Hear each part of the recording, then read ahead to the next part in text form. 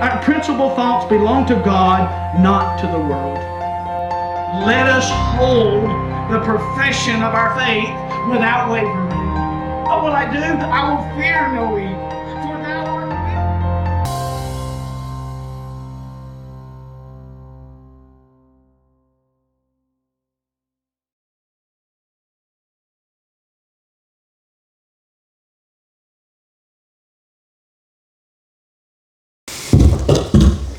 All right, let's go to Luke chapter 5. That's where we have been for the last few weeks. And last time we looked at the calling of Matthew. And then Matthew invites Jesus to his house, and the Pharisees grumble and they complain about Jesus eating with tax collectors and sinners. And Jesus tells them, those who are well have no need of a physician, but those who are sick, I have not come to call the righteous, but sinners to repentance. And then we pick up in verse 33 of chapter 5. And this is probably one of the most difficult passages that I've had to look at in quite a while in a preaching series. 1 Corinthians 14 is pretty difficult. They were going through in Sunday school. But as far as preaching through Luke, this is the most challenging one so far. Because what does this mean? The answer does not seem to fit the question. So we'll look at that here in just a second. But let's read the passage. It's pretty short, so we'll do that. Starting in verse 33. And they said to him, the disciples of John fast often and offer prayers, and so do the disciples of the Pharisees. But yours eat and drink.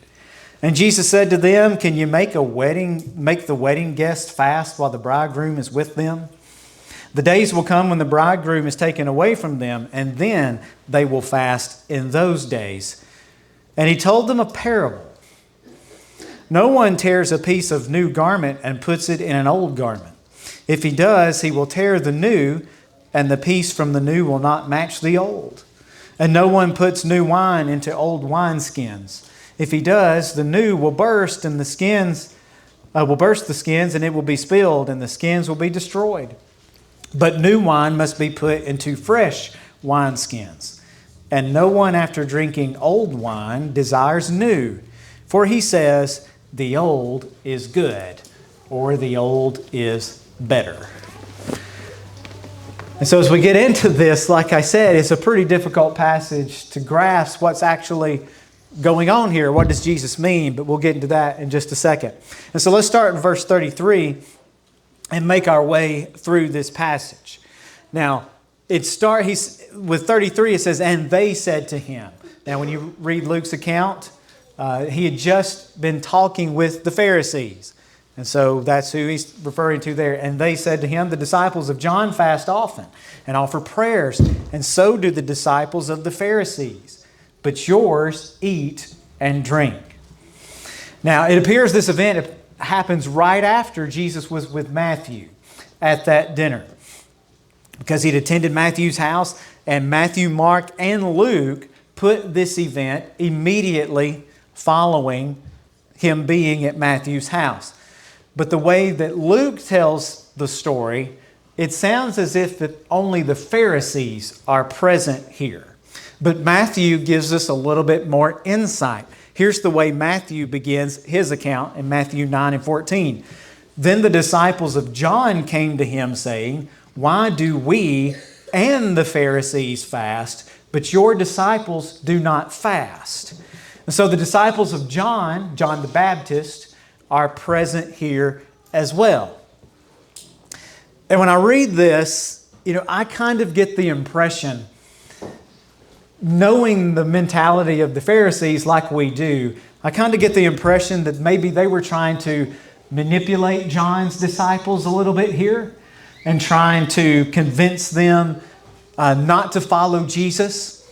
Maybe saying, you guys fast, we fast, you guys offer up prayers, we offer up prayers, but they don't. So maybe there's a bit of manipulation here in trying to get John's disciples to actually ask this question so they can sit back and find fault.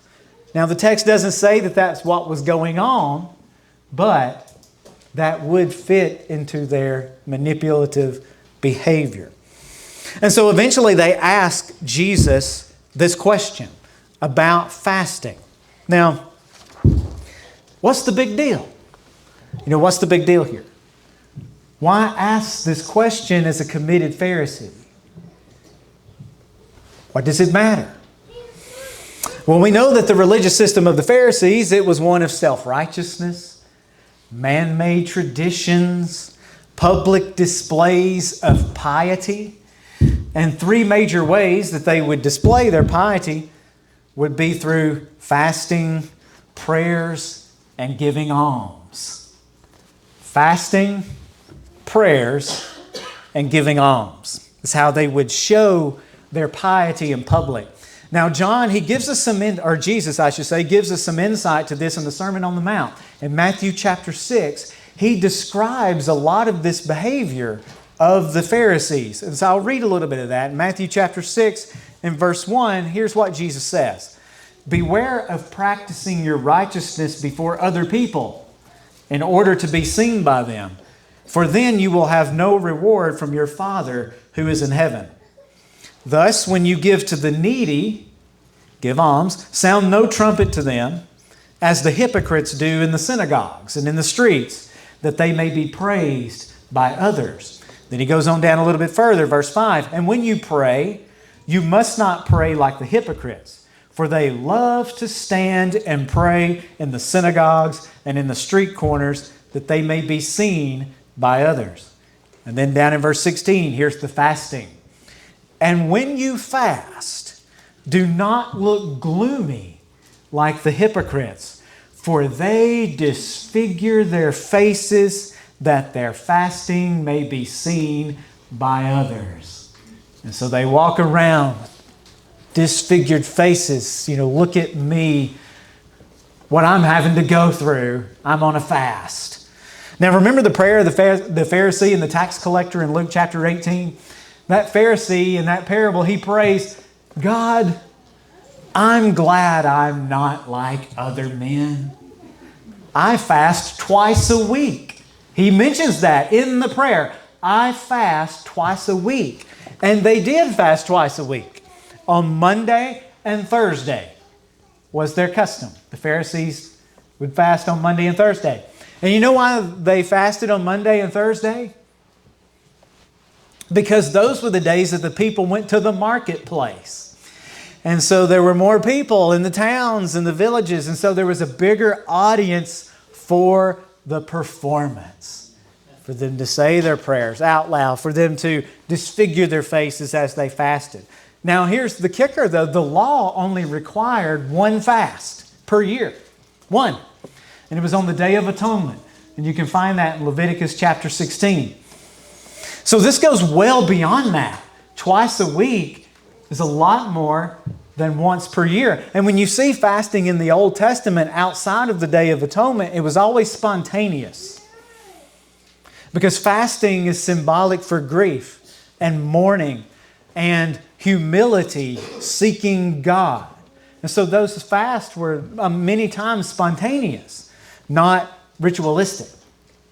And so from the Pharisees' perspective here, this isn't a question about fasting. That's not the point. It's a question about why the disciples of Jesus don't follow their man-made system. That's the problem. And that is the problem with the man-made system, is it not? If I make up the rules, then you have to follow the rules to meet my expectations. I'm going to turn this back on, maybe it'll work. It was popping on me earlier, but I can't just stand right there in front of that.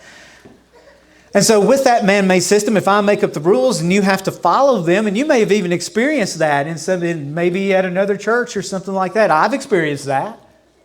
And some of you may have as well. And so this mentality is not anything that's new. And it's not limited to the Pharisees of Jesus' day. Certainly not. This is prevalent today as well. We even have Christian cults because some man decided that he got a revelation from God. And he has a new set of rules for the people to follow. You see? And that's the motivation behind the question about fasting is, why don't they do like I do? Because my way is the only way that you are getting to heaven. Does that sound familiar? It does, doesn't it? We'll talk about that in just a second. And so here's the answer to the question in verse 34. And Jesus said to them, can you make wedding guests fast while the bridegroom is with them? The days will come when the bridegroom is taken away from them, and they will fast in those days. And so he uses a simple analogy that they definitely recognize, a wedding feast. And the wedding feast was the pinnacle of the social life in the Jewish culture. This was the best social event that you could have, a wedding feast. And he uses it several times in his parables, doesn't he? And we've already gone, I won't go through all of the process of the wedding feast again, but we've gone through that, of how the bridegroom comes in. There's an announcement that the bridegroom is coming in. The bridesmaids escort him in with their torches, the whole process. And then the feast takes place.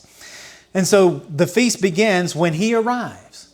And so the family and the friends to a wedding would not be expected to fast at the feast. That would be ridiculous on part of the host. You see, if I'm the host, I'm throwing the feast, and I've prepared the meal, and it's ready. The announcement has been made. The bridegroom has arrived. And now I tell my guests, well, you've got to fast. You just look at it. You can't eat it. Does that make logical sense? No, it doesn't make any sense. And if you take it from the guest's perspective, it would be considerably rude for a guest to be invited to a wedding feast and then to show up at the feast and say, I'm fasting. I can't eat. Either way, it doesn't make sense. A wedding was a joyous celebration. But fasting is associated with grief and mourning and humbly seeking God, you see. Now, you might think that a wedding, some of you might say, well, are some weddings like that? But that's beside the point. We won't go there, okay? So fasting does not fit this occasion. It's out of place.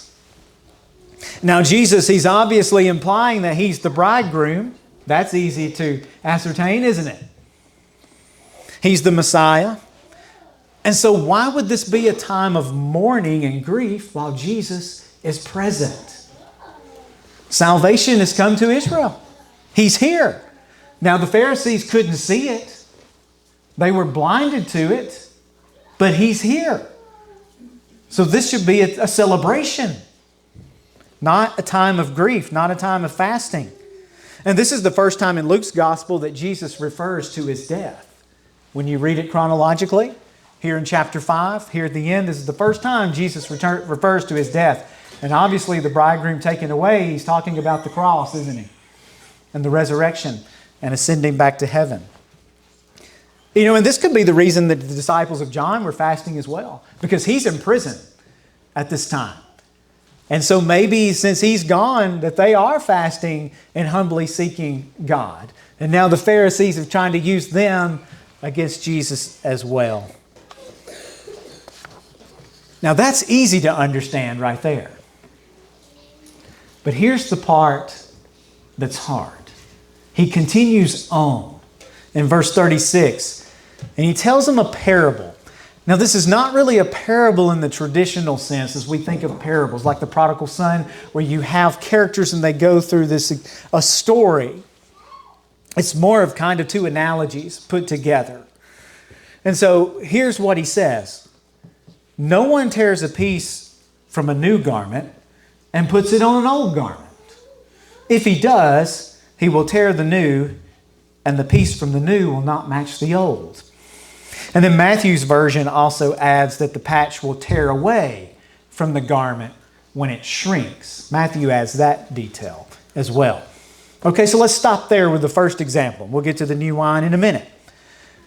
And let's look at the basic logic first in both the examples before we try to interpret what Jesus is trying to illustrate with the two examples. So here's the logic of the first, this one about the garment and the patch. And I'll try to put this in a more modern terminology here. Men, we'll talk to you. Now this could apply to the women, but I think it fits the men a little bit more. Most of you've probably got an old t-shirt or something like that. That's your favorite. And you wear it all the time. And it might have a few little small holes in it, but nothing big. Nothing big. You can still get by. You can still wear it. And it might even be that shirt that your wife says, you're not wearing that in public. It might be that shirt. You know, where kids, does your mom ever tell you that when you go to school? Okay, you're not wearing that shirt to school. We have to tell Isaac that quite a bit. You're not wearing that to school. So maybe it's like that. It's an older garment, but you like it. And if you were to tear a big hole in that shirt, in that old t-shirt that's your favorite, one that's noticeable, that you can't get by with anymore, well, the chances are you're not going to go in your closet and get that nice, crisp dress shirt that you wore Easter a few weeks ago, or maybe your best suit. You're not going to cut out a big patch from that new dress shirt or that new suit to patch up that old t-shirt. Would that make any sense? To ruin a nice, expensive shirt to patch up that old t-shirt? No. Because now the new suit has a hole in it. The new shirt has a big hole in it. And the old shirt looks ridiculous. That's what he says. It doesn't match. And then when you wash it, that new fabric, what's it going to do? Shrink.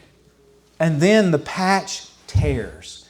And so what do I have left? I have two useless garments. The old shirt is ruined. The patch won't work. And now my new shirt's ruined as well. Both are useless and both are illogical. Does it make any sense to do that? So it's not too hard to understand that point of it.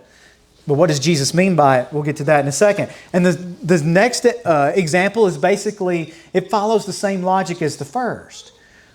No one who puts new wine into old wineskins, if he does, the new wine will burst and the skins will be spilled and the skins will be destroyed. The new wine must be put into fresh wineskins. And then some manuscripts add, and both are preserved if you do that. And so these aren't glass bottles. That's not what Jesus is referring to, okay? Wine was stored in what we would call basically a bag.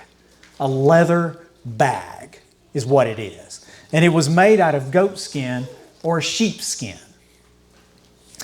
And when you put new wine into that, well, the fermentation process produces gases, which means expansion. And so when that new wine starts to expand in the new wineskins, those are soft and they're elastic and they will stretch. And both would be preserved. But if you put that in the old wineskins are dried out. They're brittle and they were prone to cracking after a while. And so you put new wine into that. Once the expansion starts, that dried out leather, when it cracks, it bursts. And the wine spills out and everything would be lost. And so just like the garments, if you patch that old garment with a new garment, you lose both of them. Same logic here. If you put new wine into the old wineskins, you lose both. Both are useless. Everything is useless. And then he concludes that with verse 39. And no one after drinking old wine desires new, for he says, the old is good, or the old is better. Now, I don't know anything about this. This is not my expertise, okay? Wine drinking. But, you know, I've always heard that wine is supposed to get better with age. You know, you hear about people go into fancy restaurants buying a bottle of wine that's 200 years old, 300 years old. You know, people have cellars and they've got wine that old. It's supposed to get better with age. Or at least that's what people that drink wine say. The older is better. That's what you want, the older. We even have an English expression. Man, that guy, he has aged like fine wine. You ever heard that expression? The older is better. People probably say that about me. Don't you think? That's why they think I'm my dad's brother. That's a true story. Okay, so literally, that's what's going on.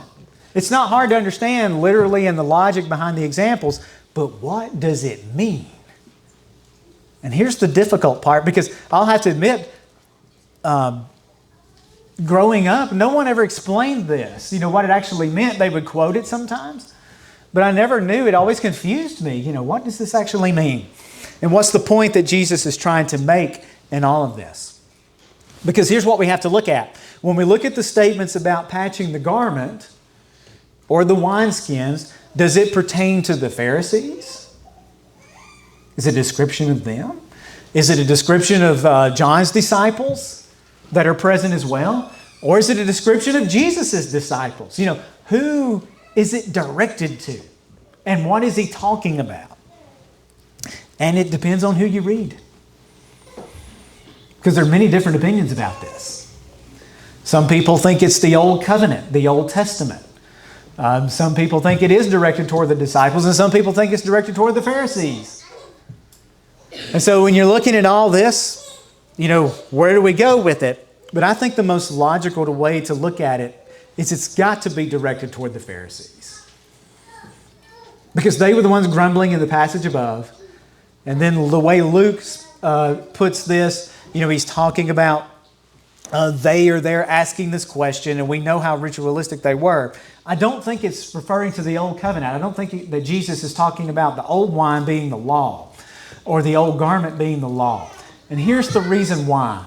Because God's law is perfect. His law is perfect in righteousness, and it shows us our sin. It's not illogical. The old law. The Pharisees, however, they did not practice the old covenant here. They were not practicers of the old covenant. They obscured God's law, didn't they? Because they invented their own illogical system. It was ritualistic, self-righteous, totally illogical. Just like the examples. And so that's the way, to me, that makes the most sense here. The law was impossible to keep, wasn't it? It was impossible to keep. But yet, someone came up with the bright idea. You know what? Let's add to all of this. We've got the law, but let's add to it. That's what the Pharisees did. What could go wrong? Well, your garment tears and your wineskins bursts. Everything's destroyed. That's what can go wrong. Self-righteousness, it gets you nowhere. And see, they should have known this, because when you just look at basic doctrine of the Pharisees, it's not bad. We've discussed that before. They believed in the resurrection of the dead. They believed in a lot of the basic things. They were not like the Sadducees. But what did David say in Psalm 14 and Psalm 53? There is no one who does good. Not even one. But what did the Pharisees do? They laid heavy burdens upon the people. Impossibilities that they could not live up to. And Jesus makes that plain in Matthew chapter 23, verse 2. Listen closely to the way he words this. The scribes and the Pharisees sit on Moses' seat. So do and observe what they tell you, but not the works that they do. For they preach, but they do not practice. They tie up heavy burdens, hard to bear, and lay them on people's shoulders, but they themselves are not willing to move them with their finger. They do all of their deeds to be seen by others. Then if you go on, you can backtrack to Matthew chapter 11. Contrast that with what Jesus just said about the Pharisees. Contrast that with this in Matthew 11 and 28. Come to me, all who labor and are heavy laden, and I will give you rest. Take my yoke upon you and learn from me, for I am gentle and lowly in heart, and you will find rest for your souls. For my yoke is easy, and my burden is light. And we see an example of that, don't we, in verse 34. We don't have 34 back on the screen, but that's okay. You don't have to put it there. You can look at it in your Bible. When Jesus says the wedding guests do not fast when the bridegroom is present, Jesus didn't place heavy burdens upon the disciples. They weren't ready for it. They needed to learn. They still needed to learn many things at this point. They still needed to grow. They still needed to mature, just like new wine in new wineskins. There's room for growth. There's room for expansion. Do the Pharisees fit that description? There's no room for growth in a self-righteous system. And they don't accept the system. But you see, the disciples, they needed to grow, but then they understand the proper perspective behind things like fasting, baptism, the Lord's Supper, all the things that people a lot of times get wrong in the perspective behind them. They needed to grow and learn these things. And Jesus is with them, so He didn't put these things upon them. He said that'll come later. When I'm not here, they will need to humbly seek God, which is what fasting is symbolic for. One of the things. And so his point is that the gospel, the truth, the Messiah that the Pharisees were supposed to be looking for. So the truth that Jesus is bringing, the truth of the real gospel, it cannot be patched into this works-based system of Judaism that the Pharisees had invented. You can't take the real truth and patch it into your self-righteous system. Because Jesus' teachings were completely at odds with the Pharisees, were they not? Let's compare them a little bit. The Pharisees, let's do them first. The Pharisees viewed themselves as righteous. I'm glad I'm not like other men. I fast twice a week. But Jesus taught repentance. The Pharisees viewed themselves, they were haughty and proud. They wanted to do everything to be seen by others. Jesus taught humility. The Pharisees focused on the external, things that can be seen by other men. Remember, they disfigured their faces when they fast, so people know I'm fasting. But Jesus focused on the internal, the heart. They love the approval of man. But Jesus offered reconciliation with God, peace between God and man. The second illustration highlights basically the same point with the wineskins. The gospel of grace, the truth, is not compatible with any type of man-made system. New wine cannot be put in old wineskins. The result is destruction. The old wineskins are brittle and rigid. Cracks could develop, it breaks. And that's what happened to the Pharisees' system.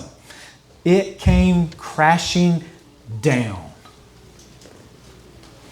It didn't last. Now we know that Jesus, He fulfilled the law on the cross. Remember what happened? The veil of the temple was rent in two, which is symbolic for Now there's no high priest has to go behind that veil and offer atonement for the sins of the people on the day of the atonement. Because the veil is rent in two. Jesus now is our high priest. And there's so many scriptures in Hebrews chapter 8, Hebrews chapter 9, and Hebrews chapter 10 that I could have put in this, that I wanted to put, but I knew for time's sake that I couldn't. But here's what Hebrews 10 and 19 says. Therefore, brothers, since we have confidence to enter the holy places by the blood of Jesus, by the new and living way that He opened for us through the curtain, that is, through His flesh. Now, they still had the temple for a few decades, didn't they? Even after this point. But in 70 AD, what happened to the temple? It came crashing down as well. All of it. No stone would be left. That's what Jesus told them. So this whole, when you try to establish those old wineskins, it won't hold the truth. And it came crashing down. And that's what happened in their system. Now in verse 39, he makes this comment at the end, no one after drinking old wine desires the new, for he says the old is better, the old is good. And why is that? Because the Pharisees didn't accept Jesus. They didn't accept this new way in their eyes. And why is that? Why would they not accept it? Because their way of thinking is pretty old by this point, by a couple hundred years. It'd been around a while. So why is the old better in the eyes of the Pharisees? Because the old way appeals to the flesh and their carnality. It puts man on a pedestal. And man, he likes to be on a pedestal. He likes to have the approval of others because that appeals to our flesh. And that was the whole mentality of the Pharisees. This way's better. It's got to be this way. It can't be this man. He eats with tax collectors. He eats with sinners. He doesn't fast. They don't wash their hands when they eat. Remember that one? They don't follow all the ritualistic hand washing before a meal. All of that. But you see, this mentality of mixing Jesus with man-made traditions, it's always been an issue in the church. It's not just right here in this passage. This has been an issue since the very beginning. And I went through and read Galatians this week. And there was I'm going to use a lot of Galatians for the rest of this. But there were just long passages I wanted to put in here. It's like, oh, I could put that. Oh, I could put that. Oh, I could put that. But I knew I couldn't use it all. So here's an example. Peter fell victim to this. Paul talks about it in Galatians chapter 2. He confronts Peter over his behavior. Here's what he tells Peter. If you, Peter, this is in chapter 2, verse 14. He says, if you, Peter, though a Jew, live like a Gentile and not like a Jew, how can you force the Gentiles to live like Jews? And he says, we ourselves are Jews. Me and you, Peter. We are Jews by birth and not Gentile sinners. Yet we know that a person is not justified by works of the law, but through faith in Jesus Christ. And then when you go on to chapter 3 of Galatians, he starts directly addressing them, the Galatians themselves. In verse 2, he says, let me ask you this question. Did you receive the Spirit by works of the law or by hearing with faith? Are you so foolish? Having begun by the Spirit, are you now being perfected by the flesh? Now that is a question, that is a great question right there that many people today need to think about. Having been begun by the Spirit, are you now being perfected by the flesh? Now let's think about that. If I have the power to perfect myself through the flesh, that'd be a lot of power, wouldn't it? Why couldn't I just save myself? Why did I need the Spirit for salvation if after I'm saved, I could perfect myself through my flesh? I really don't need God, do I? If I could do that. And you see, we need to look in the mirror and asked ourselves that question. If I was begun by the Spirit, then there's only one way I'm going to make it, and that is by the Spirit, not through my flesh. And so when we look at things today that we see, why do people have the wrong views on baptism? Why do people believe that when you baptize an infant, it's saved? Why do people believe that you have to be baptized in a certain church and you're saved? I had a co-worker tell me that to my face, that he had a man ask him if he was saved. He said, yeah. He said, where were you baptized? He told him, Baptist church, he was baptized. He said, you're not saved.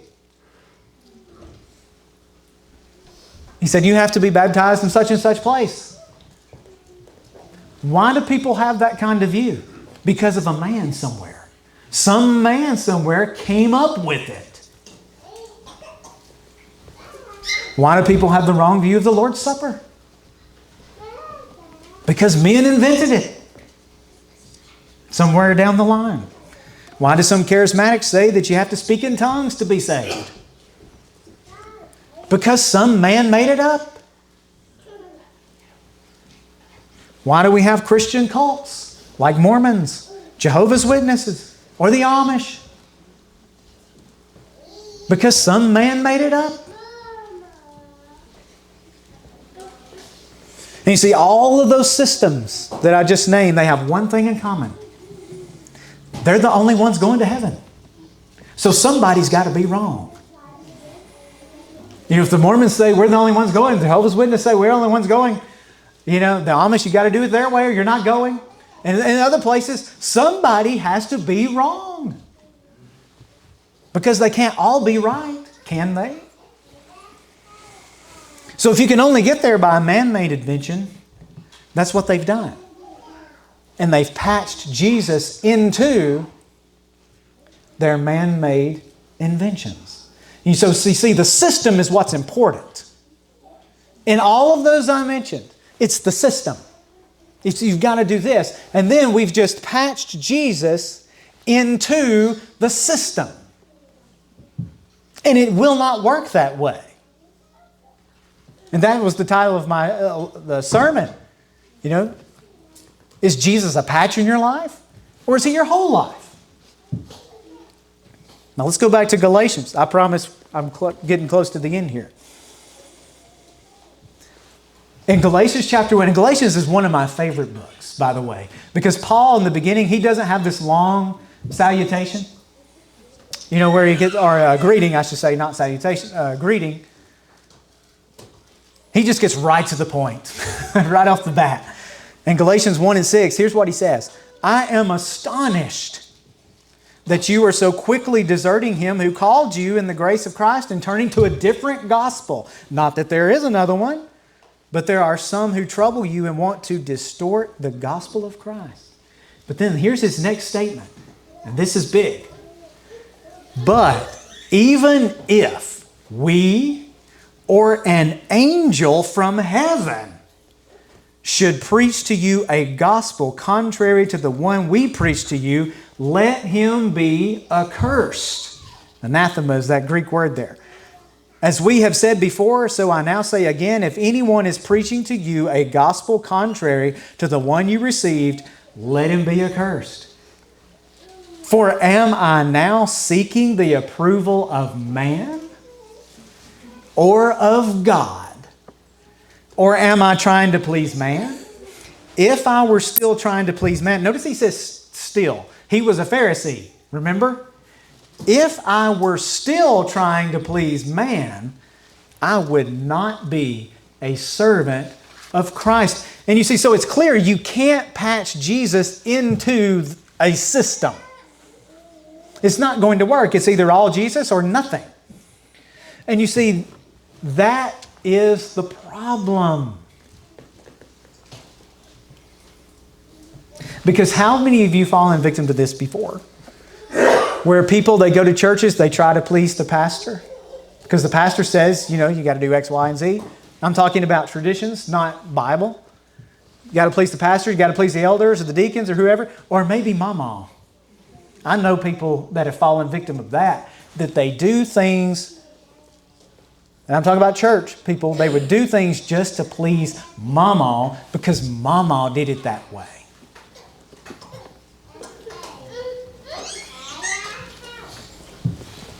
Verse 11, there in chapter 1, he said, I would have you know, brothers, that the gospel that was preached by me is not man's gospel. It wasn't invented by man.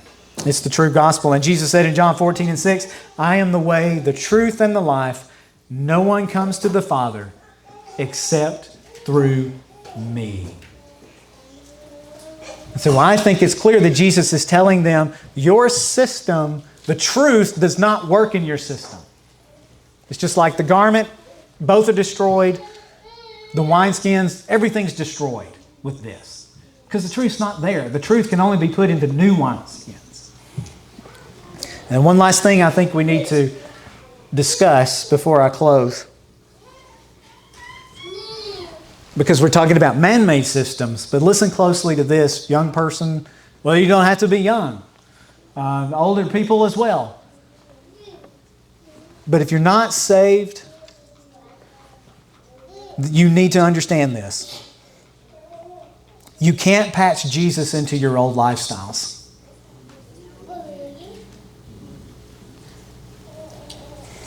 And many people have that mentality as well. You know, I'll do the Jesus thing on Sunday, but Monday through Saturday are mine. You know, I'll kind of do what I want to. I'll still do the things that I've always done. And maybe I'll show up for church on Sunday. Or they want to patch Jesus in their lives when it's convenient or when they're in a bad spot. When bad things that are happening, I lost my job, I've lost a loved one, I've got a tragic illness or something like that. Now I'll decide to patch Jesus in. But that garment's going to tear. It's not going to work. And here's why. Going back to Galatians 5 and 17, Paul says the desires of the flesh are against the Spirit. And the desires of the Spirit are against the flesh. For these are opposed to each other to keep you from doing the things you want to do. And then he goes on to contrast the works of the flesh with the fruit of the Spirit. And so we've got to be new wine and new wineskins. Because that means we're walking in the Spirit.